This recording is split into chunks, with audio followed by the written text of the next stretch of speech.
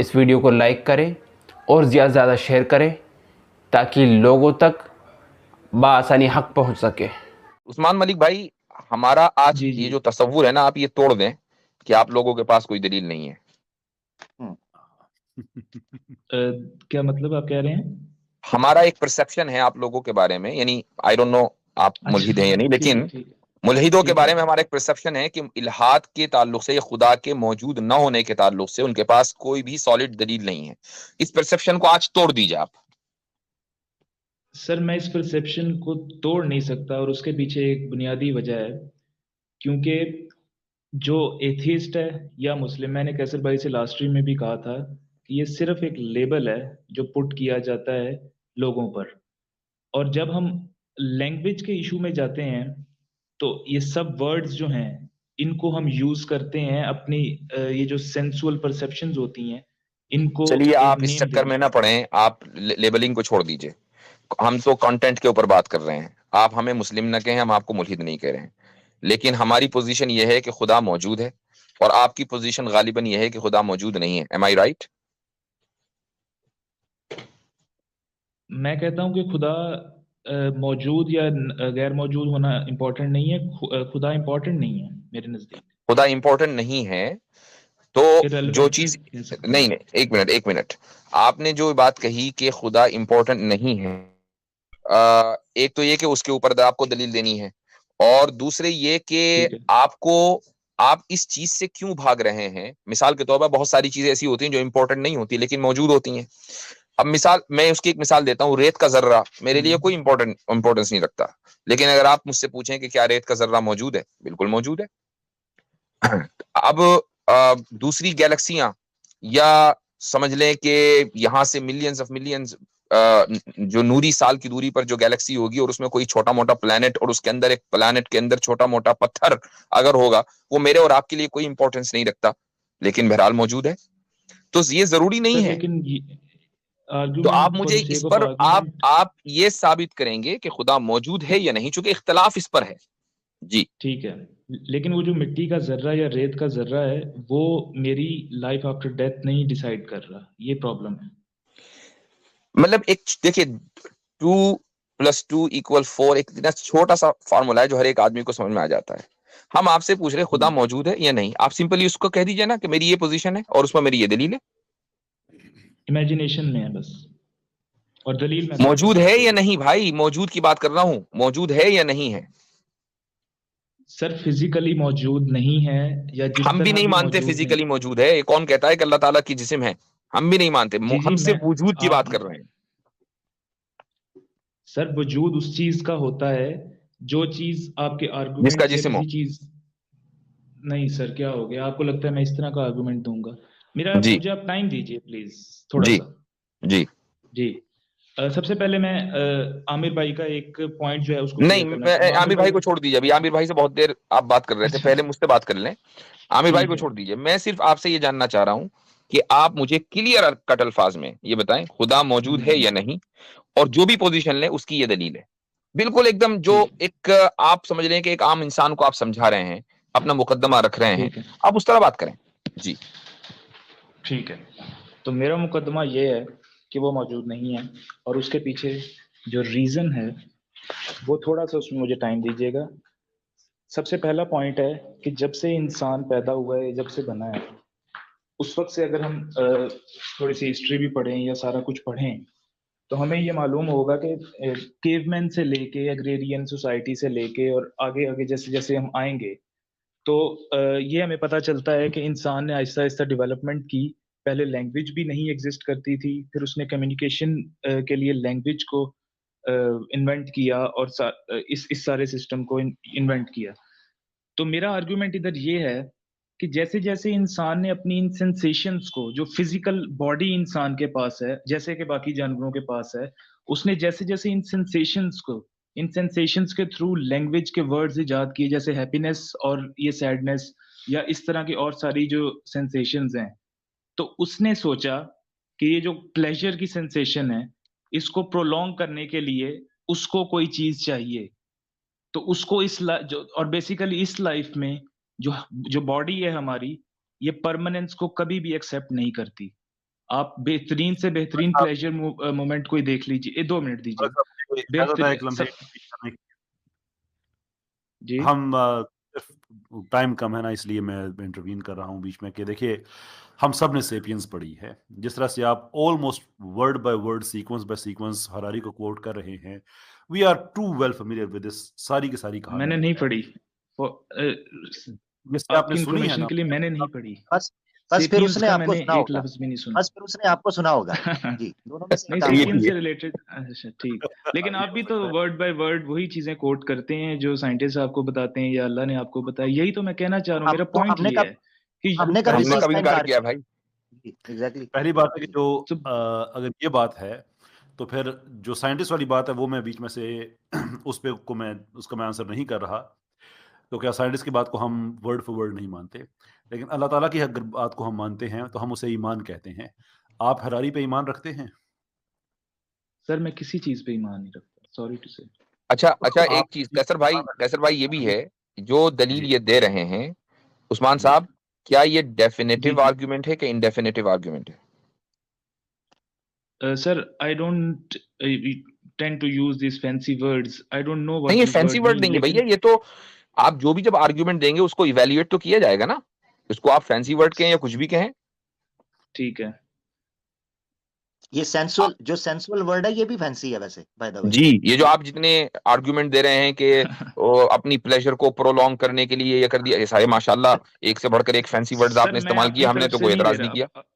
अपनी तरफ से नहीं दे रहा। मैं आपको एक आयत कोट कर देता हूँ नहीं, कुरान मुफ्ती से। साहब सुन लीजिए, मैंने आपसे मुख्तसर से सवाल किया, डेफिनेटिव आर्गुमेंट है कि इंडेफिनेटिव, कौन सा आप पिक करेंगे?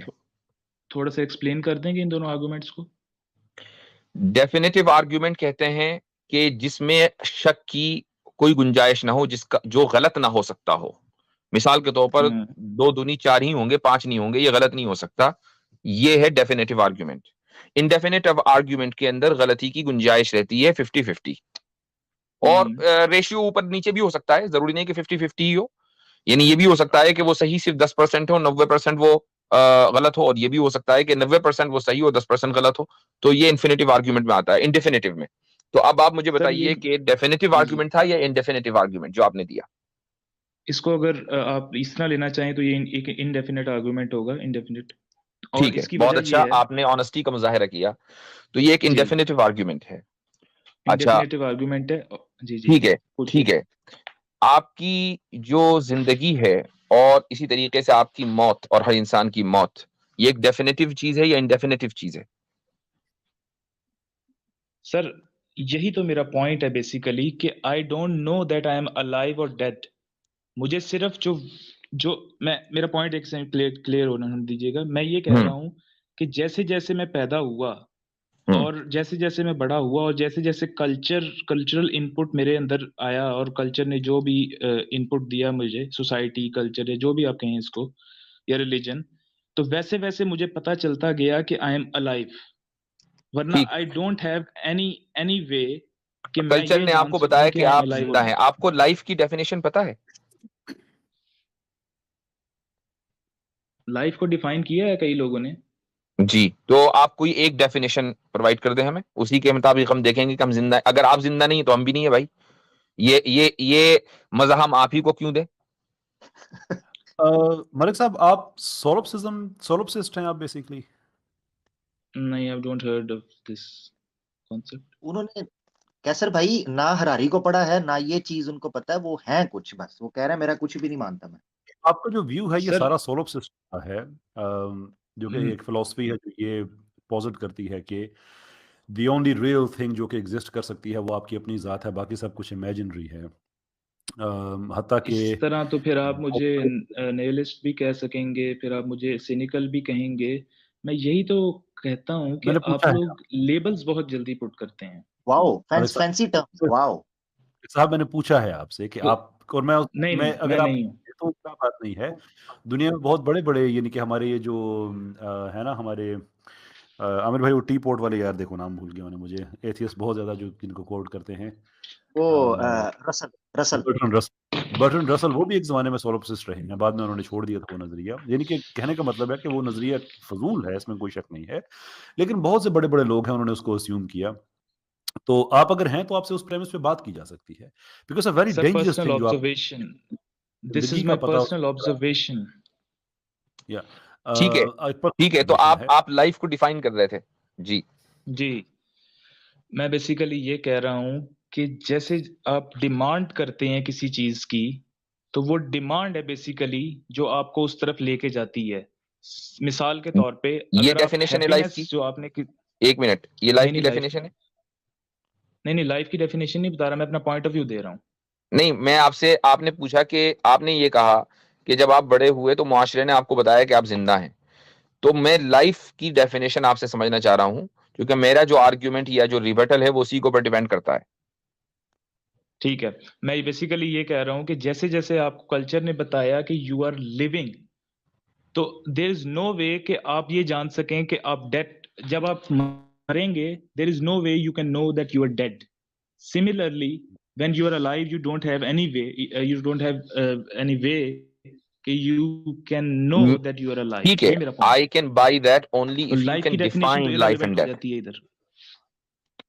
भाई आपको मिसाल के तौर पर कोई ये बताए कि आई आप ऑलरेडी पंखा हैं, आंसर्ड। मैं बता रहा हूं, आपको कोई ये बताए कि आप पंखा हैं, तो आप अपने आप को पंखा समझने लगेंगे? लेकिन मैं ये डिफरेंशिएट नहीं करूंगा पंखे में और अपने आप में। ये नहीं पंखा समझेंगे आप अपने आप को? कोई भी आपको कहेगा आप पंखा है, फौरन पंखा बन जाएंगे? इन अ सेंस आप कह सकते हैं कि आई डोंट डिफरेंशिएट, मतलब कि दो तीन चीजों में मैं डिफरेंशिएट उस तरह से नहीं करता जिस तरह लोग बताते हैं मुझे। मैं सिर्फ एक वही आउटपुट हूं जो मुझे लोगों ने बताया है कि हाँ, आप तो ये हो, लोगों, आप अगर ये हो, अगर आप ये अगर आपको कुछ आइडेंटिटीज। लोग मसलन आपके पेरेंट्स ये कहें कि बेटा तुम तो पंखा हो, तो आप फौरन ये कहेंगे कि जी आज से मैं पंखा, अब मैं हवा दूंगा। या आप ये कहेंगे कि अगर भाई पंखे की डेफिनेशन ये है, पंखा ये काम करता है, मैं तो ये काम नहीं कर रहा हूं, लिहाजा मैं पंखा हो ही नहीं सकता, या आप उसको चैलेंज करेंगे? चलें sir, for the sake of my एक ही नॉलेज टॉपिक आप है मुझे कैसर लाइफ की भाई। डेफिनेशन बता दीजिए। कैसर भाई, कैसर भाई वैसे कॉन्ग्रेचुलेशंस, लिटरली यही इंसल्ट है ह्यूमन इंटेलेक्ट के लिए जो मुफ्ती साहब ने भी एक डेमो दिया है। एनीवेज मुफ्ती साहब उन्होंने आपकी तरफ बॉल पास कर दिया, वो कहते हैं आप दें लाइफ की डेफिनेशन। ठीक है, आप आर्गुमेंट मुफ्ती देखिए, साहब वगैरह पहले डिमांड आप करें। इसका जवाब दें मुफ्ती साहब। मैं मलिक साहब से एक चीज़ मैं पूछना चाहूँगा। आई थिंक हमारे बहुत से सवालात का प्रॉब्लम हल हो जाएगा। मलिक साहब, आप, आई अंडरस्टैंड कि आप कॉन्शियस को डिनाई करते हैं। जी ठीक है, सही, ठीक है मुफ्ती साहब, प्लीज कैरी ऑन कीजिए। जी, अब यहाँ से मैं बायोलॉजिकली जो लाइफ की डेफिनेशन है, हालांकि लोग उससे एग्री नहीं करते हैं, और उसकी वजह यह है कि उसमें वो एवोल्यूशन को घुसा देते हैं। तो लेकिन चूंकि आप एवोल्यूशन को मानते आए हैं, अभी आपने जो आर्गुमेंट दिया वो एवोल्यूशन की बुनियाद पर है, तो बायोलॉजी में जो लाइफ की डेफिनेशन है वो क्या है? Life is that, life is what evolves. Life वो है जिस जो इवॉल्व हो।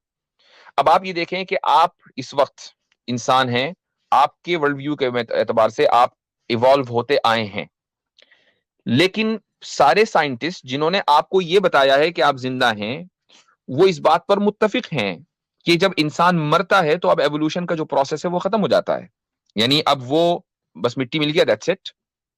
अब वो मजीद इवॉल्व नहीं होगा बेहतरी की तरफ। ठीक है, तो ये लाइफ एंड डेथ है। अब मुझे आप बताइए, तो क्या आप इस लाइफ एंड डेथ को तस्लीम करते हैं? सर, बेसिकली यही पॉइंट है जो मैं भी कहना चाह रहा हूँ कि जब आप पैदा हुए हैं तब से लेके जब तक आप मरते हैं, तो आप इवॉल्व ही कर रहे हैं ना, बेसिकली हर मोमेंट में चेंज हो रहा है आपका। हम्म, और जब आप डेड हो जाएंगे तो there is no way you can know that you are dead और यू आर इवॉल्विंग, क्योंकि वो इवॉल्विंग का एक जो अमल है वो खत्म हो जाएगा। वो आपको नहीं पता चलेगा, दूसरों को तो पता चल रहा है ना। आप दूसरों को जो मर चुके हैं उनकी बुनियाद पर ये तो फैसला कर सकते हैं, और ये सर आर्गुमेंट ऑफ डिडक्शन है कि जितने लोग भी मरे हैं वो फिर इवॉल्व उनका नहीं हुआ, लिहाजा मेरा भी नहीं होगा। नहीं, आपके लिए तो नहीं होगा ना इसी को आपका तो हम एवोल्यूशन। आर्गुमेंट ऑफ डिडक्शन कहते हैं भाई।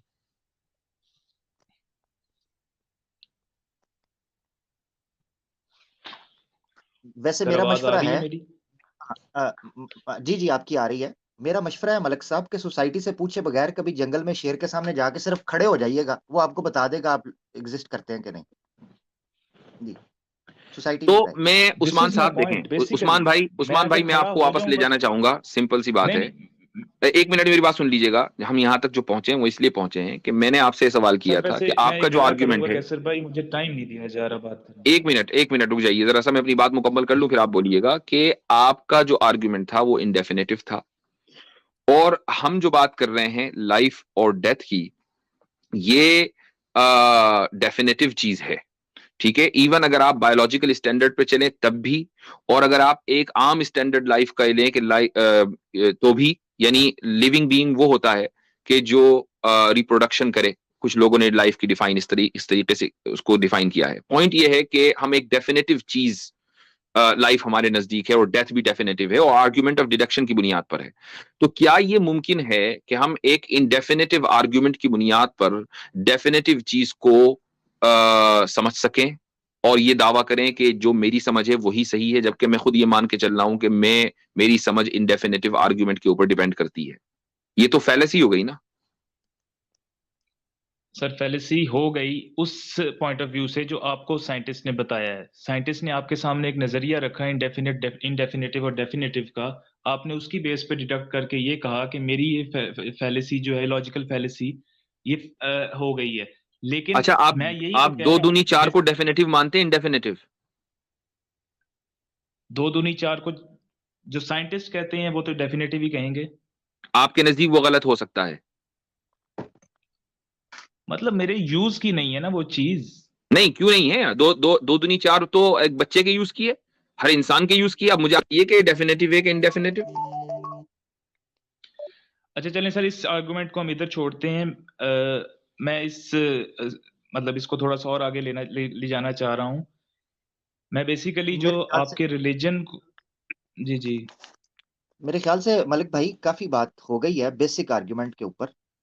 मैं समझता हूँ पहले भी आपकी काफी ठीक बात है। आई, अब अच्छा, भी आ एडवांस लेवल सॉरी। अच्छा मलिक साहब, आप एडवांस लेवल पे जाना चाहते हैं, I would love to go to that, लेकिन एक चीज मैं आपसे पूछना चाहूंगा। आपने कहा कि आप कॉन्शियस को डिनाई करते हैं। At what is the standard of evidence जो आप समझते हैं होना चाहिए आपका व्यू चेंज करने के लिए, so that you start accepting कि कॉन्शियस एग्जिस्ट करता है? ठीक है सर, मैं आपको ये एक पॉइंट बताता हूँ कि मैं ये कह रहा हूँ कि इंसान जब से पैदा होता है, he doesn't know that he is born. He is told by the culture, the society, the religion that you are born, and from that onwards, he is told that you have this religion, you are born in this country, you have to do this, you have to either spiritual or material, millionaire बनना है या तुमने एक spiritual journey पे जाना है, वो सब कुछ उसको बताया जाता है। Otherwise he has no chance, और वो उसमें और एक बाहर शेर में या किसी जानवर में कोई फर्क नहीं। That's what I am pointing out. ठीक है। ये जो बात अभी आपने कही है, ये आपके कोई अंदर एल्गोरिदम है उसने ये बात कही है, या आपने कॉन्शियसली बात कही है? ये बात मैंने रिपीट की है किसी की। That's what I have done. लेकिन आपने कॉन्शियसली उसको इंटरनलाइज करके उसको सच समझ के मुझे कहा है, या कोई ऑटोमेटिक एल्गोरिदम चल रहा है जिसने ये आंसर दिया है? ये ऑटोमेटिकली निकल रहा है मेरे मुंह से, क्योंकि मुझे कोई चीज किसी आर्गुमेंट ने मुझे टच किया। मतलब ये ऑटोमेटिक है, ये बोलना भी ऑटोमेटिक है, जो आपके अंदर से भी हो ठीक रहा है और मेरे अंदर से भी हो रहा है। ठीक है, मैं समझ गया। सिर्फ मुझे फिर आप एक वजह बता दें कि मैं आपकी बात को सीरियस लूं। ऑटोमेटिकली जी। आप सीरियस इन अ सेंस, आप ये, मैं ये कह सकता हूं कि आपके पास भी कोई आर्गुमेंट नहीं है आपकी थेरी का। That's what I am saying. Is that it? यानी कि आपका बेस्ट आंसर है कि आप कॉन्शियस नहीं रखते हैं, आपके अंदर कोई फीलिंग्स नहीं है, किसी की बात को आपने इंटरनलाइज नहीं किया और आपने मुझे कह दिया। And if that is the case, तो मेरे लिए कोई ज़रूरत नहीं है कि मैं आपकी बात को सीरियस लूं, गिवन द फैक्ट कि it has not come from any profound self. आपका एग्जैक्टली। जवाब ये है कि मेरे पास भी कोई जवाब नहीं है, गिवन द फैक्ट कि आपको खुद नहीं पता अपनी बात की प्रोफाउंडनेस का, और आप मुझे कह रहे हैं कि मेरी बात प्रोफाउंड नहीं है।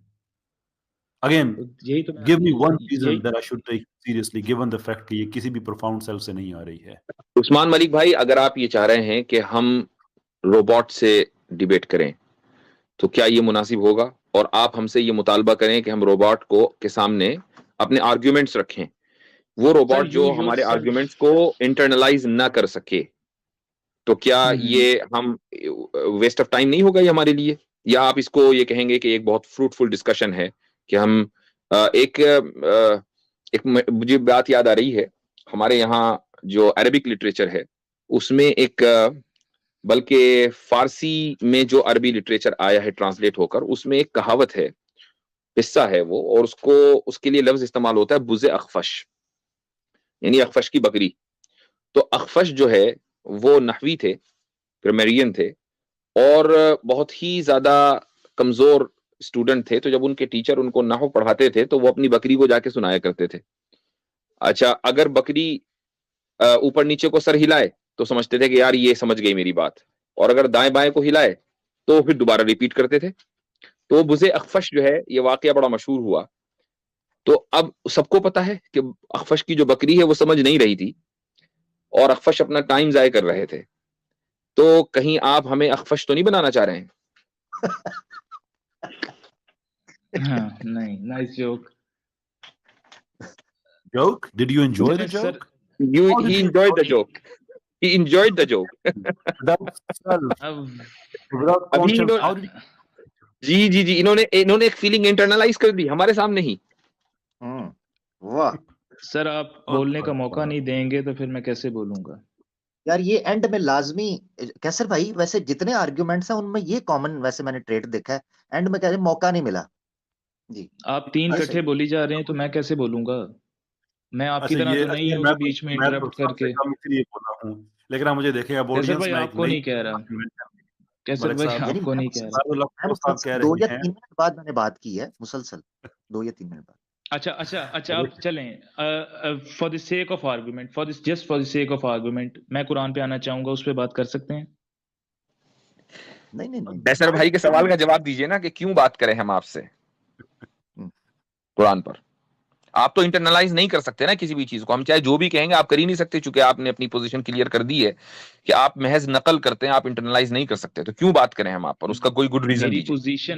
मेरी पोजीशन ये है कि जैसे जैसे मैं बड़ा होता गया हूँ, जैसे जैसे आपकी एज होती जाती है, वैसे वैसे आप चीजों को, मतलब जो भी आपको कल्चर या सोसाइटी आपको देती है, उन चीजों को आप, जैसे एक कंप्यूटर है उसमें एक डाटा फीड किया जाता है, तो वो कंप्यूटर वही चीज आपको एक बटन पे आपको प्रोवाइड कर देता है। वो मैं कह रहा हूँ, आपको उस सेंस में कह रहा हूँ, इंटरनलाइज नहीं करते। आप इसको समझ रहे हैं कि मैं आपको कह रहा हूँ कि we are just like robots. आप टाइम पर देंगे तो मलिक मैं साहब बात पता है करूंगा। चीज क्या है? मलिक साहब, अब आपने क्वेश्चन पूछा तो मैं उसका रिस्पॉन्ड कर रहा हूँ, फिर आप ये ना कहिएगा कि बात आपको नहीं करने दी जा रही। डिफरेंस ये है कि कंप्यूटर को अगर हम ये किस्सा फारसी वाला सुनाए ना, तो ये कभी भी नहीं कहेगा नाइस जोक, बिकॉज उसको इंटरनलाइज नहीं कर सकता। कंप्यूटर आर्टिफिशियल इंटेलिजेंस का तो आपने सुना होगा मेरे ख्याल से कैसर भाई। There is no such thing as artificial intelligence. It's simply a linguistic monopoly. ये गलत लफ्ज़ है. There is no such thing as in artificial intelligence. तो आप अगर गूगल पे कोई चीज सर्च करते हैं, Yeah. तो how it is able to you see record your voice and आपको रिजल्ट्स कैसे वो प्रोवाइड करता है? कोई टेक्नोलॉजी That's है ना वो? yeah, the algorithms पे काम कर रही है. तो नाइस एल्गोरिदम्स। जोक मलिक साहब, नाइस जोक। अच्छा चलें, अब कोई थोड़ी अच्छा, सीरियस बात कर सकते और हैं? मलिक साहब सॉरी, आप खुद ही बता चुके हैं कि आपके जो रिस्पॉन्सेज हैं वो भी एल्गोरिदम बेस्ड हैं। Yeah. आप अभी थोड़ी देर पहले कहकर आए हैं, तो आप में और गूगल में क्या फर्क है? अब हम गूगल से क्यों डिबेट करें? सर मेरा पॉइंट ये नहीं है गूगल, मैं ये नहीं कह रहा, मैंने आपसे अभी क्लियर किया है। मैं ये कह रहा हूँ कि जिस तरह आपकी एज होती है, आपको जो चीज बताई जाती है वही चीज आप रिपीट कर रहे हैं। आप लोग इतने प्रो इस्लामिक क्यों हैं? क्योंकि आप लोग एक, चलो इस्लामिक घर में पैदा हुए, या जो नहीं भी होता वो भी एक प्रो इस्लाम की इस्लामिक तरफ आ मलिक जाता साहब, है। मलिक साहब प्रो इस्लामिक कोई एक आयत या हदीस पेश की कैसर भाई ने, मुफ्ती साहब ने या मैंने? कोई एक आयत हदीस? हम तो नहीं, आपकी प्योरली फिलोसॉफिकल और आपके आर्ग्यूमेंट्स के एनालिसिस पे बात हो रही है, ऐसे तो ना करें। जब आप लाजवाब हो रहे हैं तो आप ये बात मैं कर दी। मैं इस डिबेट की बात नहीं कर रहा, मैं ओवरऑल आपके स्टांस की बात कर रहा हूँ। नहीं, और हम इसके इस साथ वक्त की एक चीज़ और भी ऐड कर दीजिएगा कि आप क्या एक ऐसी फैमिली में पैदा हुए थे जहाँ पे आपकी अपब्रिंगिंग के दौरान आपको ये बताया गया था कि आपको जो हम बता रहे हैं यही सारा सच है, ना कोई खुदा है, ना कोई रिलीजन है, सब एल्गोरिदम्स पे चल रहा है, या एक्चुअली आप एक इस्लामी फैमिली में पैदा हुए थे? नहीं, मैं एक इस्लामी फैमिली में पैदा हुआ था, लेकिन तो फिर ये बेसिकली जैसे-जैसे हम मैं पे बड़ा ये होता गया। बात आपने कही हुई है कि जैसे-जैसे हमें बताया गया हम वैसे हो गए, और यही इंसान की नेचर है, that is the ultimate truth. लेकिन ये ट्रूथ आपकी अपनी ज़ात पे अप्लाई नहीं होता। आप इस्लामी फैमिली फैमिली में बदल होके पैदा होके जो कुछ उन्होंने बताया उसको डिनाई करके आपने एक और पोज़ीशन ले ली। वो क्यों ली? क्योंकि मुझे कोई और पॉइंट ज़्यादा अपील किया। That's what why. No sir, आपका आर्गुमेंट ये है कि जैसे-जैसे आप बड़े होते हैं, जो कुछ फैमिली आपको बताती है और माशरा आपको बताता है, जो बातें आप कर रहे हैं, जितनी भी फिलॉसफीज़ आप कह रहे हैं, ये बेसिक एक्चुअली ये नाइलिस्टिक फिलॉसफीज़ हैं, एक्चुअली ये सोलोपिसिज्म में भी हम कट इन कर रहे हैं। ऑल ऑफ दीज़ फिलॉसफीज़ ये हमारे माशरे का हिस्सा नहीं है। सो ये आपका स्पेशल स्टेटस क्यों है कि हम तो मज़हबी इसलिए हो गए कि मज़हबी घरों में पैदा हुए थे, and that is the ultimate truth, but somehow ये ट्रूथ आप पे अप्लाई नहीं हुआ एंड यू चेंज्ड? लेकिन आप मुझे जब नाइलिस्टिक फिलॉसफी का सब्सक्राइबर कह रहे हैं, तो बेसिकली मैं तो नहीं हूँ नाइलिस्टिक फिलॉसफी का subscriber. So you do think कि आपकी ज़िंदगी का पर्पस है कोई? कायनात का पर्पस है कोई? Not that grander purpose that religious people talk about. उसके अलावा नॉन रिलीजियस पीपल के यहाँ कोई कोई पर्पस है कोई? इंसानी ज़िंदगी का, एग्ज़िस्टेंस का, फिनोमेना का? आप जब जी रहे हैं या जो भी आपको बताया गया है, वो इटसेल्फ एक या पर्पस है। जब आप आपको मीनिंग है पता दैट? आपको चलता है कि प्लेजर जब आप ये प्लेजर देखते आपके हैं नजदीक पर्पस है? जब आप ये देखते हैं कि इस लाइफ में कोई पर्पस नहीं है, तो आपकी उस थिंकिंग से एक और यू सी हायर पर्पस और ग्रैंडर पर्पस बॉर्न हो जाता है। मैं एक आयत कोट करना चाहूंगा, प्लीज मुझे चलें, मौका दीजिएगा। रुक जाइए। अगर आपके नजदीक आप ये कह रहे हैं कि जो लाइफ हम जी रहे हैं वही हमारे नजदीक पर्पस है, तो प्लेजर और पेन आपके नजदीक पर्पस में शामिल है या नहीं? प्लेजर और पेन पर्पस में शामिल इस तरह से है कि वो जिस तरह से भी प्लेजर हो, जब है आप शामिल या नहीं? सब कुछ है, जो भी ठीक आपके है, सराउंडिंग तो में हो रहा है वो है, और वो प्लेजर एक और पेन सेंसुअल शामिल एक्टिविटी है, है। तो फिर आप हीडनिस्ट हुए। अनदर लेवल, यही मैं आपसे कह रहा हूँ शुरू से कि आप लेबल्स बड़ी जल्दी पुट करते हैं, वही आपका काम है। भाई ये वाले लेबल हमारे बनाए हुए नहीं है, ये तो आप ही लोगों ने बना रखे हैं कि जो प्लेजर और पेन को पर्पस बनाएगा उसको हीडनिस्ट कहेंगे। हम तो वही रिपीट कर रहे हैं एल्गोरिदम की बुनियाद पे। अब आपको मुझे प्रॉब्लम क्या पता है? है मुझे पता है हेडनिस्ट उनको कहेंगे जो प्लेजर और पेन को अपना पर्पस बनाएंगे, लेकिन उसकी बेस पे वो एक ग्रैंडर पर्पस उसको बना के पेश करते हैं ना। प्लेजर और पेन को उसकी बेस पे एक स्पिरिचुअल मतलब पाथवे देते हैं ना। मैं तो वो नहीं दे रहा, मैं तो कह रहा हूँ नहीं सिंपल स्पिरिचुअल, फिजिकल नहीं नहीं बीइंग्स नहीं हैं नहीं हम नहीं इधर। नहीं, ये कोई जरूरी नहीं है, ये कोई जरूरी नहीं है कि वो स्पिरिचुअल पाथवे दें। उनमें से बहुत से लोग, खुसूसन फोक हीडनिस्ट जो हैं, वो तो जो दुनियावी प्लेजर होता है, वो चाहे जिस तरीके से भी आए, वो किसी भी तरीके से आए, जानवर बनकर भी आए, वो उस प्लेजर को अपना अपना मकसद बनाएंगे। इन्हीं को फोक प्लेजर हीडनिस्ट कहा जाता है। ठीक है, आपके लेकिन मैं वो टोन में थोड़ी-सी तल्ख़ी महसूस हो रही है मलिक साहब, क्या बात है? करख्ती करख्तगी तल्ख़ी थोड़ी-सी। सर, तल्ख़ी इसलिए है क्योंकि मैं आप लोगों का उस वक़्त से किसी भी टोन में मैंने आप लोगों का मज़ाक नहीं उड़ाया। लेकिन यू हैव मेड मतलब सो मच, आप हँसे हैं, सारा कुछ है। आप लोगों ने वही बात पूरी की है जो कुरान में खुदा काफ़िरों के बारे में कहता है कि ये तुम लोगों का मज़ाक उड़ाते हैं, मुसलमानों का। तो बेसिकली जब इससे डिबेट अगर हो रही हो तो उस तरह से किसी पे हँसी करना, या तो मुझे आप निकाल दें इस डिबेट से, या फिर बात करनी है तो ऑन अ सीरियस नोट कीजिए। यू सी इस बात के बाद आपको भी हँसना चाहिए जो मैं कहने लगा हूँ कि जितनी आपके लहजे में इस वक्त फ्रस्ट्रेशन है, जितनी आपको तल्ख़ी है, मेरा कंप्यूटर कभी भी मुझे ऐसे जवाब नहीं देता। आपके अंदर ये फीलिंग्स कहाँ पे डेवलप हो रही हैं, गिवन द फैक्ट कि कोई प्रोफाउंड सेल्फ भी नहीं है, कोई कॉन्शियस भी नहीं है। कहाँ पे आपको ये तल्ख़ी फ़ील हो रही है जिसका फ़ीडबैक हमें मिल रहा है? अच्छा जी, बेस ठीक है। इस सवाल का ये जवाब है, ये वही जवाब है जो बेसिकली मैं शुरू से दे रहा हूँ कि ये वर्ड्स जो हैं, these words are created by those sensual perceptions, और इन वर्ड्स की बेस पे अब हम ये सेंसुअल परसेप्शंस जो हैं वो क्रिएट कर सकते हैं। जैसे आप According मुझे to गुस्सा दिलाना चाहें तो आप मुझे गाली दे सकते हैं, ठीक है, लेकिन अगर मुझे according पता नहीं होगा उस जी मलिक साहब जो आपने इतनी बड़ी बात कही है, according to who it is the truth. According to my observation, nothing, no one else. And is there a reason for us to take that seriously then, given the fact कि ये आपकी ज़ाती है और आपने पहले जो बात कही उसको मैं शामिल करूं तो ये आपके किसी इनर सेल्फ से भी नहीं आई, कॉन्शियस में भी नहीं है, इंटरनलाइज भी नहीं हुई है, then भाई एक सवाल मेरा कॉन्शियस भी है कि क्या सर क्या sir sir one algorithm thing one thing algorithm observation होती है, यानी एल्गोरिदम को सेट किया जाता है या ऑब्जर्वेशन बेस्ड होती है? कैसर भाई मेरा सवाल ये आपसे। सर अच्छा चलें कैसर भाई आंसर करते हैं।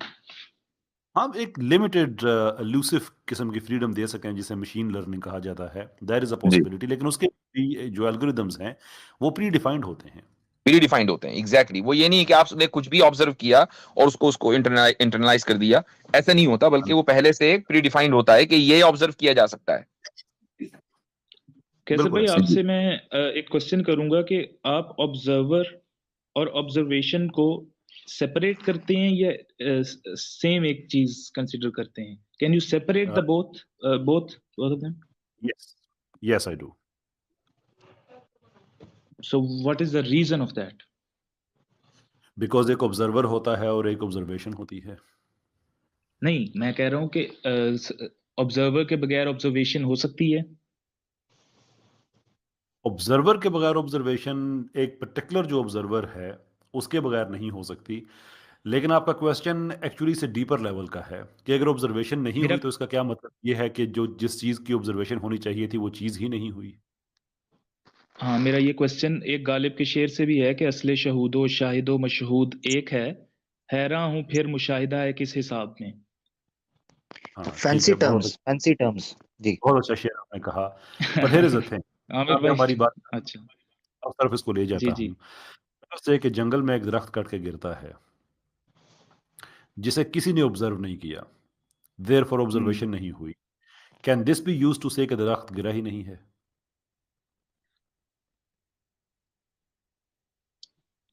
लेकिन जब दरख्त गिरा है उसको किसी ने ऑब्जर्व नहीं किया, या तो कौन कह रहा है जो दरख्त गिरा है? यही तो मेरा क्वेश्चन है। इट डजंट मैटर कौन कह रहा है, किसी ना किसी स्टेज पे ये बात सामने आ सकती है। Even and I fully understand कि आप क्वांटम फिजिक्स में आप सुपर पोजिशन के हवाले से बात कर रहे हैं क्योंकि एग्जांपल्स वहीं पे कोट की जाती हैं, लेकिन अगर सुपर पोजिशन पे भी हम अगर जाते हैं, सो द फैक्ट कि एक पार्टिकल एक से ज़्यादा वक्त में एक जगह पे वो हो सकता है, and that is where the dead and alive cat experiment comes in. पर if there is no observer, that is not to say कि वो अकरेंस नहीं हुई है, वो चीज वजूद में नहीं आई है। Are you with me on this? I'm saying that when you perceive something, Yeah. you are the one that is perceiving. You are the perceiver, and without that, there is no perception. So basically, आप ये question कर रहे हैं कि आप उधर नहीं हो तो वो परसेप्शन कैसे पॉसिबल है? मैं ये पूछ रहा हूँ आपसे। लेकिन अगर आप वहां पे हो तो परसेप्शन ना सिर्फ पॉसिबल है बल्कि नेसेसरी है। ट्रू। तो फिर हम उसको सेपरेट तो नहीं ना कर सकते कि परसीवर और परसेप्शन जो है वो डिफरेंट है, वो कोई अलग एंटिटीज है, वो सेम है, वो एक यूनिटरी मूवमेंट है। ड्राइवर और ड्राइविंग को हम सेपरेट करेंगे या नहीं करेंगे? जब वो ड्राइविंग का अमल हो रहा है तब उसको सेपरेट करके आप पेश करेंगे? Because there is a driver and the driver is driving, yes separate करेंगे एब्सोल्युटली। नहीं, जब अमल हो रहा है ड्राइविंग का तो ड्राइवर जो है वो ड्राइविंग से सेपरेट है। ड्राइवर है तो ड्राइविंग हो रही है ना। एब्सोल्युटली, क्योंकि ड्राइवर जो है वो एक नाउन है, ड्राइविंग जो है वो एक फेल है, एक क्या से कहते हैं, वर्ब है। इट्स अ वर्ब, कि वो एक चीज हो रही है, करने वाला जो है वो सेपरेट है then the thing which is being done, obviously. That is, you see, used for the sake of understanding, but मेरा क्वेश्चन जरा और डीपर था। पता नहीं, I don't think I could make myself clear। कैसर भाई देखें, मेरे ख्याल से गुफ्तगू सिर्फ इतनी होनी चाहिए कि आपकी डेफिनेटिव आर्गुमेंट क्या है खुदा के अदम वजूद पर, वो है नहीं मेरे ख्याल से, वरना तो फिर हम ड्रैग करते रहेंगे, चलते रहेंगे। सॉरी टू से, आप मजीद इंटरटेन करना चाहें, it's entirely up to you. Point. अच्छा, last point sir, last point if you अच्छा, विल एक और अलाउ मी। चीज अच्छा मलिक साहब जो आपने जी मिसाल जी दी है, मैं सुन भी रहा था, थोड़ा सा मैं इधर उधर भी हो गया। कैसर भाई ने दो चीजों बड़ी प्यारी बात की थी, उसमें उसमें आपने एक चीज रखी है। मेरा सवाल है, जो आप प्रेजेंट एग्जाम्पल जो दे रहे हैं कि एक दरख्त गिर रहा है तो उसको कोई बंदा देख रहा है, देखने वाला ना हो तो वो परसेप्शन कायम नहीं हो सकता, ऐसे ही है ना? यानी उसका होना जरूरी है ताकि वो देखे वो चीज हो रही है, ऐसे ही है। हम्म फिर सवाल ये है कि हम्म वो शख्स वहां है और वो चीज नहीं हो रही, तो वो ऑब्जर्व नहीं करेगा वो चीज, दैट मीन्स कि वो एग्जिस्ट नहीं कर रही। दी होल पॉइंट ये है। मगर मसला ये है कि उस चीज का होना और उसका ऑब्जर्व करना, ये दोनों चीजें उसकी एग्जिस्टेंस के ऊपर खड़ी हैं। यानी आप इंफॉर्मेशन को लाजिम कर रहे हैं कि वो उसके एग्जिस्ट करने के लिए मौजूद होती है। यानी एक इंफॉर्मेशन, मिसाल के तौर पर एक अमल हो रहा है, सेट ऑफ इंफॉर्मेशन है, कलेक्शन ऑफ इंफॉर्मेशन है। दरख्त कटा, दरख्त इस तरह का होता है, वो इस तरह झूम के नीचे गिरा, ये एक इंफॉर्मेशन है जो कलेक्ट होकर एक पूरा का पूरी ऑब्जर्वेशन में आई। मगर मकसद ये है कि वो चीज हुई तभी उसने ऑब्जर्व किया। अगर वो चीज ना होती तो वो वहां खड़ा भी हो, उसको कोई चीज नजर नहीं आएगी। सो दैट मीन्स कि दोनों चीजें अपनी जगह पर कायम हैं। किसी इंफॉर्मेशन को कलेक्ट करने के लिए, किसी डाटा को कलेक्ट करने के लिए एक वजूद चाहिए, और उस डाटा और इंफॉर्मेशन का वजूद उससे एक्सटर्नल होना चाहिए, ये भी एक फैक्ट है। तो दोनों चीजें अपनी जगह पर हैं एक परसेप्शन के क्रिएट करने के लिए। So that's a important point जिसको हम मिस कर जाते हैं। जी। ठीक है sir, way thank do you. Like खत्म करते हैं मलिक साहब, लेकिन ये जो आप हम जो एनालॉजीज डिस्कस कर रहे हैं, ऑब्वियसली ये किसी पॉइंट को की तरफ लीड करने के लिए है ना। What is that point? That point basically, वो मैं आयत आपको कब से कोट करना चाह रहा हूँ, मतलब उस आयत की इतनी वो मेरा बेसिक मतलब मेन पॉइंट नहीं है, लेकिन वो एक पॉइंट है जो हैप्पीनेस और फियर को मैं इतनी देर से लेके आ रहा हूँ। वो किस वजह से लेके आ रहा हूँ? आयत जी जी आपको पता कहिए। होगा, सूरह आले इमरान की आयत है कि ज़ुय्यिना लिन्नास से हुब्बुश शहवात वाली। हम्म। उसमें खुदा कहता है कि अ, मतलब ज़ीनत बना दी गई तमाम नास के लिए। जब वो कहता है ना या अय्युहन नास, तो वो तमाम नास को मुखातिब कर रहा होता है। तो जब तमाम इंसानों के लिए ज़ीनत या उसकी रग़बत रख दी गई, औरत, सोना चांदी, घोड़े, ठीक है, जो और मवेशी और खेत, ये 5 चीज़ें हैं बेसिकली। Do you agree?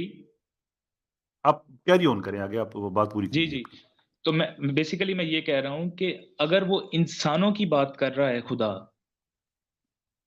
तो ह्यूमन नेचर जो है, वो तमाम इंसानों की सेम है। और उनमें से चलो 1-2 को तो मैं सब्सक्राइब करूँगा, लेकिन बाकी चीज़ें मेरे लिए इर्रेलेवेंट हैं। खेत मेरे लिए इर्रेलेवेंट है, माल-मवेशी मेरे लिए इर्रेलेवेंट हैं, और ये चीज़ें।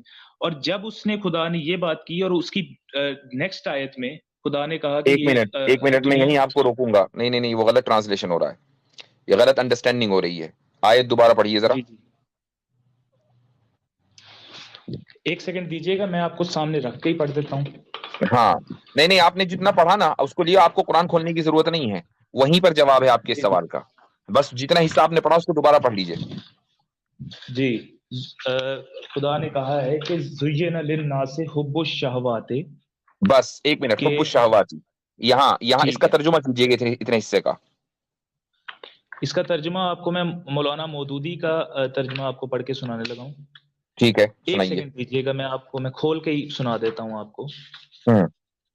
अच्छा हाँ, उसमें लिखा हुआ है कि तमाम इंसानों के लिए रग़बत नफ्स बना दिया, रग़बत नफ्स औरत बना और दी, ठीक है, सुन लीजिए, जी, रग़बत नफ्स बना दी।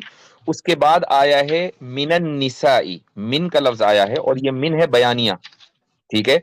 आगे जितनी भी बातें हैं वो सारी की सारी बतौर मिसाल जिक्र की गई हैं। असल मुकद्दमा ये नहीं है कि तमाम इंसानों के अंदर उन 5 चीजों का जिनका जिक्र अल्लाह ने किया है उन सब की मोहब्बत यकसा तौर पर है। असल बात यह है कि इंसान के अंदर ख्वाहिश नफ्स है। किसी की ख्वाहिश नफ्स निसा की तरफ है, तो किसी की ख्वाहिश नफ्स बनीन की तरफ है, तो किसी की ख्वाहिश नफ्स माल की तरफ है, किसी की ख्वाहिश नफ्स जमीन की तरफ है। ये मतलब है उसका, चूंकि मिन बयानिया है। ठीक है, आपका पॉइंट आ गया। ये मेरा एक अब पॉइंट था। मुझे आगे बताइए, आगे चलें ना। आपके अंदर कोई ख्वाहिश नफ्स है या नहीं किसी भी चीज की, चाहे वो इन 5 चीजों की हो या 5 चीजों के अलावा कोई दुनिया में दूसरी चीज हो, कोई ख्वाहिश नफ्स है? ख्वाहिश नफ्स है, लेकिन मैं ये कहता है, हूँ कि जब आप कुरान का लोग मुकद्दमा साबित हो गया, जी बात जी खत्म हो गई। अब जब आपके अंदर आगे ख्वाहिश चलें नफ्स सर। भी है, तो ये एल्गोरिदम बेस्ड है या कॉन्शियस बेस्ड है? ये आपके ख्वाहिश अकॉर्डिंग कहाँ से कॉन्शियस आई? बेस्ड ही हुई। तो फिर आप इसका मतलब कॉन्शियस के कायल हैं, आप तो एल्गोरिदम को छोड़ के अभी से आपने डिवोर्स दे दी नहीं, एक ही सेशन में। अगर मैं कहूंगा कि मेरे अंदर ख्वाहिश, औरत की ख्वाहिश है, तो उसमें कोई डिफरेंस तो नहीं आ जाता कि जानवरों में भी औरत की ख्वाहिश होती है अपने दूसरे जेंडर के ऑपोजिट सेक्स की। क्या गूगल में भी औरत की ख्वाहिश है? सर मैंने अपना अपना आर्गुमेंट एनिमल से ज्यादा रिलेट किया था। गूगल तो मैंने मिसाल के तौर पे, जैसे आप इधर मिसाल के तौर पे कह रहे हैं ना, वैसे भी मैंने भी उधर मिसाल के तौर पे कहा था। एग्जैक्टली गूगल नहीं कहा था अपने आप को। श्योर। एक क्वेश्चन मैं भी मलिक साहब आपसे पूछ लूँ अब, लिटरली अब ना, अब आपसे इजाज़त चाहेंगे इसके बाद, सिर्फ ब्रीफली इसको एड्रेस कीजिएगा प्लीज़। कि आप औरत की ख्वाहिश और किसी जानवर को, किसी फीमेल की ख्वाहिश, अगर कोई जानवर है, बिल्ला है मिसाल के तौर पे, वो किसी बिल्ली के साथ बाय फोर्स सेक्सुअल इंटरकोर्स कर रहा है, इज दैट सेम एज के एक मर्द है वो किसी औरत से बाय फोर्स सेक्सुअल इंटरकोर्स कर रहा है?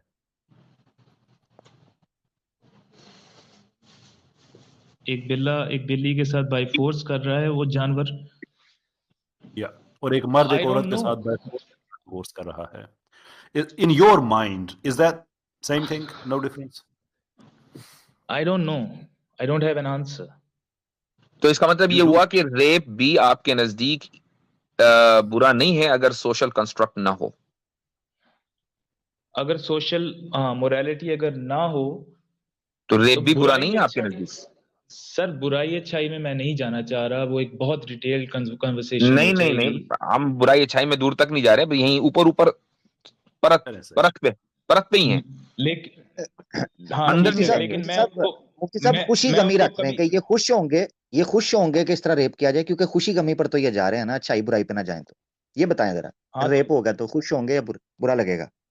हम्म सोशल कंस्ट्रक्ट अगर नहीं है तो रेप। आपको रेप खुश होना चाहिए आपको, जैसे ही रेप हुआ। सर मैं पर्सनली अपना एक आर्गुमेंट दे सकता हूँ कि मैं रेप कर नहीं सकता, उसकी वजह है चले कि अगर कोई और आपके कोई मोहल्ले में खुदा न खास्ता कोई रेप हो गया, आपके किसी जानने वाले का हो गया, तो आपको खुशी होगी या नहीं होगी? नहीं होगी। आपको गम होगा ना।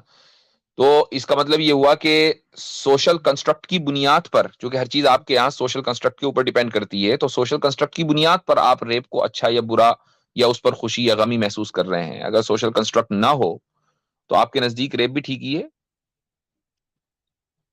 आप मुझे ये बताएं कि वो जो सोशल कंस्ट्रक्ट बना है वो किस बेस पे बना है? वो तो आपकी बेस है भैया, हमारी बेस कोई है? हम तो सोशल हाँ, कंस्ट्रक्ट को कुछ भी नहीं कहते, हमारे वो तो नजदीक सोशल आपने बनाया कंस्ट्रक्ट की ना। कोई हैसियत है ही नहीं। हाँ, वो आपने बनाया मलिक साहब, आप भूल गए अपना आर्ग्यूमेंट, आपने बनाया सोशल कंस्ट्रक्ट। अच्छा ठीक है, आप दोबारा क्वेश्चन रिपीट कीजिएगा। चले, मेरे ख्याल से मैं अब काफी है, आगे बढ़े काफी हो खसर गया। भाई। मैं मलिक साहब, अब कमेंट्स में अगर आप नजर मारे ना, तो बात यहाँ तक चली जा चुकी है कि अब कमेंट्स आने वाले हैं कि हम एहतजाजन धरना देने लगे हैं यहाँ पे। अब मलिक साहब अगर अब भी आप कहें ना कि मुझे बात करने का मौका नहीं मिला, तो फिर जी जी। आप जाने और आवाम जाने। जी बच्चे का इम्तिहान क्यों नहीं लिया अल्लाह ने? मतलब मेरा ये मेन है कि अल्लाह ने उसे उम्र क्यों नहीं दी बालिग होने की, और उसका टेस्ट क्यों नहीं लिया? जैसे हमारा अल्लाह टेस्ट ले रहा है वैसे उसका टेस्ट क्यों नहीं लिया? अल्लाह ने ऑलरेडी डिसाइड कर लिया कि मैं उसे मौत दे दूंगा। अच्छा, आप ये 6 चाहते साल की हैं उम्र कि में। आपको भी बचपन में मर जाना चाहिए था? हाँ। ओके, तो ये वाला कंसेशन और ये खुसूसियत आप ही की क्यों है? सारी दुनिया को बचपन में मर जाना चाहिए था? जी मुफ्ती हाँ भाई, साहब, अस्सलाम ओवर वालेकुम। थिंकर। वालेकुम अस्सलाम। तो मुफ्ती साहब, मैं अभी मुसलमान ही हूँ, और जो मेरा जो क्वेश्चन है, मेरी आवाज़ आ रही जी जी, आ रही है। है? तो मेरा पहला सवाल, मेरा जो मेन सवाल है उससे पहले मैं आपसे 2 सवाल पूछूंगा। पहला सवाल ये है कि मेरे अल्लाह ख्याल से की मेन लिखी सवाल हुई ही पूछ मौत लें, से पहले।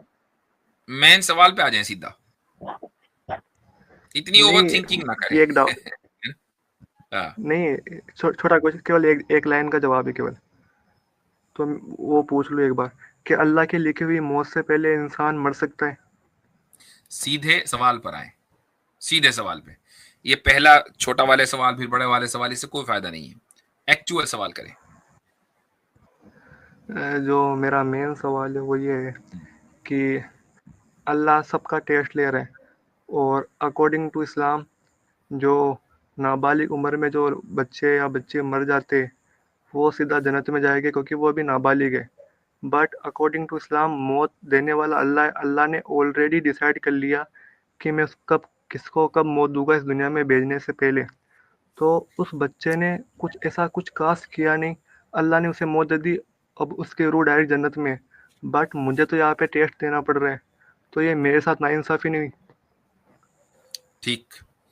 अच्छा एक बात बताएं कि जो बच्चा बचपन में चला गया, चलो वो तो जन्नत में चला गया, ठीक है, उसके वालिदैन उनका क्या होगा? उनका कुछ नहीं होगा। वो ये तो उनका टेस्ट हुआ ना। नहीं, ये बात ठीक है, लेकिन मेरी तो यही बात जो ठीक है, बात ये बात ठीक नहीं, यही बात ठीक है। क्योंकि टेस्ट के लिए, टेस्ट किस तरीके से होता है, या तो इंसान की जिंदगी में कोई मुसीबत आए तो उससे ये मुतालबा किया जाता है कि वो सब्र करे, या उसकी जिंदगी में कोई खुशी आए तो उससे मुतालबा किया जाता है कि वो शुक्र अदा करे। तो मुसीबत के लिए कोई ये तो है नहीं कि भाई बस ये वाली इस लिस्ट में लिखी हुई मुसीबत आएंगी, फला वाली मुसीबतें नहीं आएंगी, ये तो पॉसिबल नहीं है। हर तरह की मुसीबत आ सकती है। तो एक बच्चा जो बचपन में मर गया, उसकी रूह तो चलो जन्नत में जाएगी, वो भी जन्नत में जाएगा, लेकिन अगर वालिदैन सब्र करेंगे तो वो भी जन्नत में जाएंगे। ये वालिदैन का इम्तिहान है, बच्चे का इम्तिहान नहीं है। तो मेरा सवाल भी तो यही है ना, बच्चे का इम्तिहान क्यों नहीं लिया अल्लाह ने? मतलब मेरा ये मेन है कि अल्लाह ने उसे उम्र क्यों नहीं दी बालिग होने की, और उसका टेस्ट क्यों नहीं लिया? जैसे हमारा अल्लाह टेस्ट ले रहा है वैसे उसका टेस्ट क्यों नहीं लिया? अल्लाह ने ऑलरेडी डिसाइड कर लिया कि मैं उसे मौत दे दूंगा। अच्छा, आप ये 3 चाहते साल की हैं उम्र में। कि आपको भी बचपन में मर जाना चाहिए था? हाँ। ओके, तो ये वाला कंसेशन और ये खुसूसियत आप ही की क्यों है?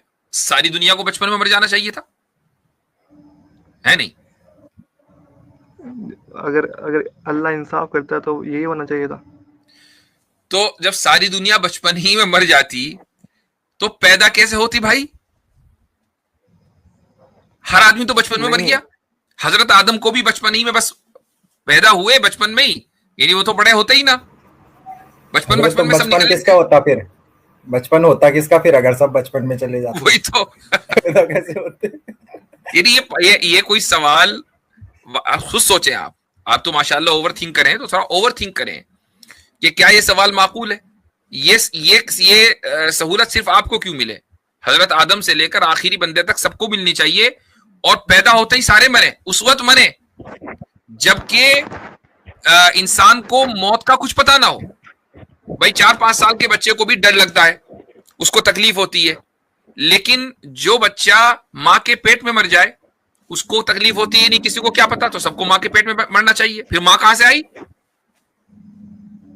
नहीं, मैं समझ गया, ये तो थोड़ा मैंने गलत बोल दिया, लेकिन फिर ये भी तो हो गया ना, फिर अल्लाह ने उसे ही डायरेक्ट जन्नत क्यों दी, हमें क्यों नहीं दी?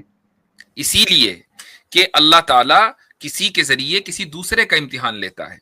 जो बच्चे इस दुनिया में बचपन में चले जाते हैं उनके साथ नाइंसाफी उस वक्त होती अगर उनको जहन्नम में डाल दिया जाता, उनको तो भेजा जन्नत में, और उनकी मौत के जरिए अल्लाह ताला ने बड़ों का इम्तिहान लिया। उसके उस बच्चे के बड़े भाई बहन होंगे तो उनका इम्तिहान है, उसके खानदान वालों का, उसके माँ बाप का, सबका इम्तिहान है।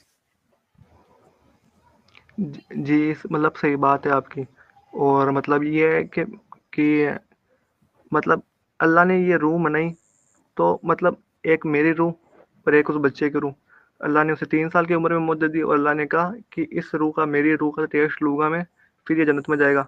तो ये है मेरा मेन सवाल कि है ना, ये थोड़ा भेदभाव नहीं है क्या? मतलब एक ऑफर मेरे उसका पास जवाब मैं पहले ही दे चुका, उसका जवाब मैं पहले ही दे चुका कि आपके वालिदैन को अल्लाह ताला इस इम्तिहान में नहीं डालना चाहता था, उनका इम्तिहान दूसरे तरीके से, इसलिए आप जिंदा रहे। जिनके बच्चे मर जाते हैं उनका इम्तिहान उस तरीके से, इसलिए उनके बच्चे मर जाते हैं। अगर आप ये कहें कि भाई फला बच्चा मर गया, मुझे भी जल्दी जाना चाहिए था ताकि मैं सीधा जन्नत में जाता, तो फिर ये खुसूसियत सिर्फ आपको नहीं है, इस दुनिया के हर आदमी को मिलनी चाहिए। हाँ, मतलब वालिदैन का इम्तिहान तो हो गया, ये बात सही है, मैं समझ गया आपके बात स्टार्टिंग में ही, लेकिन उस बच्चे का तो इम्तिहान नहीं हुआ ना, वो डायरेक्ट जन्नत में कैसे चला गया? वो तो गलत बात है ना। वो इम्तिहान के लिए पैदा ही नहीं किया गया था, वो दूसरे के इम्तिहान के लिए पैदा किया गया था। अब आप ये कहें कि मैं क्लासरूम में हूं, जिस तरीके से इम्तिहान हॉल में मेरा इम्तिहान हो रहा है, ये जो इम्तिहान का पर्चा मुझे मिला है ना, इसका भी इम्तिहान होना चाहिए। और भैया वो तो इम्तिहान का पर्चा है, उसमें तो सवाल लिखे हुए हैं, उसका इम्तिहान क्यों होगा? जी ठीक है। और मेरा एक सवाल था कि वो मैंने पूछा था ना आपसे स्टार्टिंग में कि अल्लाह की लिखी हुई मौत से पहले भी इंसान मर सकता है क्या? उसका क्या जवाब है? उसका जवाब हो गया, उसका जवाब खुद ही हो गया, पॉसिबल नहीं है। मतलब ये जो मैंने आपसे ये क्वेश्चन पूछा है ना, ये सेम क्वेश्चन मैंने ना अली रजा भाई है ना, एक सिंधु अली रजा भाई, इस्लाम अवेकनिंग, उनसे पूछा था। उन्होंने कहा कि है ना मतलब दुनियावी अफराद के वजह से अल्लाह की लिखी हुई मौत से भी पहले बच्चे मरते हैं, लोग मरते हैं, इसलिए जो मर्डर करता है तो उसको सजा मिलती है। इसलिए मुझे आपकी बात से ये यकीन नहीं हो रहा है कि कोई मुसलमान ये बात कहेगा, इसलिए मैं उसको हाँ या ना नहीं कर सकता हूँ। मुझे मुश्किल लगता है कि उनके बारे में उन्होंने ये बात कही होगी। नहीं, ये बात गलत है ना, लेकिन अगर किसी ने भी कही हो, अगर उन्होंने या किसी ने, वैसे मैं एक बात बता दूं कि बाज मुअतजिला का यही अकीदा था। मैं ये नहीं कह रहा हूं कि ये अली रजा खुर्रम ने ये बात कही है, आई डोंट नो, मैं उनके बारे में कोई कमेंट नहीं कर रहा हूं, लेकिन मुअतजिला का ये अकीदा था कि अल्लाह ताला की लिखी हुई मौत से पहले मौत आ जाती है अगर उस इंसान का कत्ल वत्ल हो जाए, और इसी वजह से उस कातिल को सजा मिलती है। तो ये एक थियोलॉजिकल इशू है, इसको बहुत पहले अहले सुन्नत वल जमात रिफ्यूट कर चुके हैं, ये अकीदा गलत है। और मेरा एक छोटा सवाल और था कि मतलब दिमाग में आता है कि जैसे अगर आज मैं कुफ्र के हालत में मर जाऊं तो मुझे है ना कब्र का अजाब होगा कयामत तक, है ना? और जो लोग कयामत के दिन मरेंगे क्या उन्हें कब्र का अजाब होगा? जो लोग कयामत के दिन मरेंगे क्या उन्हें कब्र का अजाब होगा? कब्र के अजाब से बढ़कर कयामत का अजाब है भाई, उन्हें छोटे अजाब की क्या जरूरत है, बड़ा अजाब वहीं शुरू हो जाएगा उसी दिन। जरा तसव्वुर करें कि एक आदमी जिंदा हो और अचानक आसमान उसके सर पे गिर पड़े, ठीक है, जमीन नीचे से निकल जाए और हर तरफ आगी आग हो और सुनामी उसके ऊपर आ रहा हो, है ना, तो उससे बढ़कर और क्या अजाब है? मतलब है ना, मतलब जिसको बड़ा अजाब हो रहा है उसे छोटे अजाब की क्या जरूरत है? ये थोड़ा सुनने में ऐसा अजीब सा लगता है और लूप होल लगता है, मतलब ये कुछ गड़बड़ है से। कैसे? यानी आप उसको कह रहे हैं कि नहीं, तू कयामत के दिन कयामत की होलनाकियों से मरा है, तुझे छोटा वाला अजाब भी होना चाहिए। वो इतना खतरनाक अजाब देख रहा है अपनी आंखों से, ऐसा दहशतनाक वाकया देख रहा है, मंजर देख रहा है जो कब्र में लेटा हुआ नहीं देख रहा। लेकिन जो अकॉर्डिंग टू मतलब मैंने बयान में सुना है कि जब कयामत आएगी, जब मतलब उन फरिश्तों का नाम भूल गया मैं, जो सूर फूकेंगे, मतलब कुछ पल सेकंड में मौत हो जाएगी सबकी, तो वो दर्द महसूस नहीं करेंगे। लेकिन जो कब्र का अजाब, जैसे मैं आज कोई 1000 साल पहले मर गया। अच्छा, एक चीज बता, मैं आपसे पूछता हूँ, कब्र किसे कहते हैं? उस गड्ढे को या बरज़ख की जिंदगी को? जब हम ये कहते हैं ना कब्र का अजाब, तो उस गड्ढे, कब्र से मुराद वो गड्ढा नहीं होता कि जिसमें इंसान को दफनाया जाता है, उससे मुराद वो जिंदगी होती है, टेम्परेरी जिंदगी, जो दोबारा जिंदा किए जाने से पहले की है, उसको बरज़ख की जिंदगी बोलते हैं। तो जो आदमी कयामत के दिन मरेगा, वो 1 सेकंड में मरे कि 1 घंटे में मरे, अल्लाह ताला जानता है।